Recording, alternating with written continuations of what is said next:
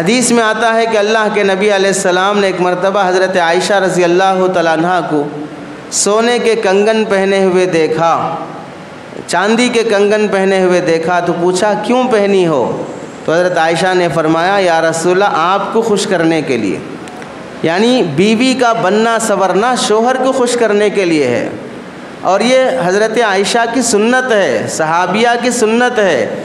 اس امت کی بیویاں جو اپنے شوہروں کے لیے سجتی سنورتی ہیں وہ نیک عمل کر رہی ہیں، اور جو پارٹیوں کے لیے، فنکشنوں کے لیے، دوسروں کے لیے سجتی سنورتی ہیں وہ بے حیا اور بدکار عورتوں کی نقالی کر رہی ہیں۔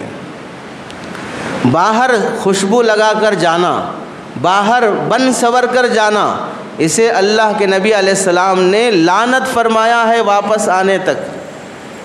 شوہر کے لیے سجنا سنورنا نہیں ہوتا ہے، باہر والوں کے لیے سجنا سنورنا ہوتا ہے۔ حضرت عائشہ سے اللہ کے نبی علیہ السلام نے فرمایا تو اس کی زکوٰۃ ادا کرتی ہو؟ تو اللہ کے نبی علیہ السلام سے حضرت عائشہ نے فرمایا اس کی زکوٰۃ کیا ہے، اس کی زکوٰۃ تو نہیں دے رہی ہوں۔ تو اللہ کے نبی علیہ السلام نے فرمایا تو پھر یہی چاندی کے کنگن تمہارے لیے جہنم میں لے جانے کے لیے کافی ہے۔ کتنی سخت بات ہے۔ ہاتھ میں بنگڑیاں سونے کی ڈالی جاتی ہیں، چاندی کی نہیں ڈالی جاتی۔ چاندی کی بنگڑیاں پہننا کوئی دولت کی علامت نہیں ہے، سونے کی پہنے تو دولت کی علامت ہے۔ اس کے باوجود بھی اللہ کے نبی علیہ السلام نے چاندی کی جو مقدار تھی زکوٰۃ فرض ہونے کی وہ پوری ہو گئی، زکوٰۃ نہیں دے رہی ہے، تو اللہ کے نبی نے فرمایا یہی جہنم میں لے جانے کے لیے کافی ہے۔ تو اس سے معلوم ہوا عورتیں جو زیورات استعمال کرتی ہیں وہ زیور پر بھی زکوٰۃ واجب ہے۔ ایسا نہیں ہے کہ جو سونا چاندی الماری میں رکھا ہوا ہے استعمال میں نہیں آ رہا ہے اس پر زکوٰۃ ہے، اور جو استعمال کر رہے ہیں اس پر زکوٰۃ نہیں ہے، ایسا مسئلہ نہیں ہے۔ ورنہ تو آپ تمام حضرات اپنے گھروں میں دیکھ لیجئے، عورتیں زیورات زیادہ استعمال کرتی ہیں یا کم استعمال کرتی ہیں؟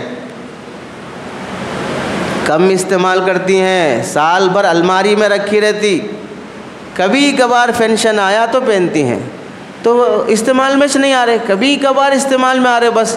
تو اگر 50 تولے بھی سونا رہا سال میں 4 بار پہنیں گے، 5 بار پہنیں گے، 10 بار پہنیں گے۔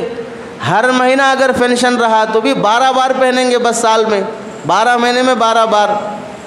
تو اسے استعمال کرنا تھوڑی بولیں گے، سال میں 12 بار پہنے بس۔ تو اب زکوٰۃ استعمال میں ہی، سونا استعمال میں نہیں آ رہا ہے تو اس کی زکوٰۃ ہی کیوں دیں پھر؟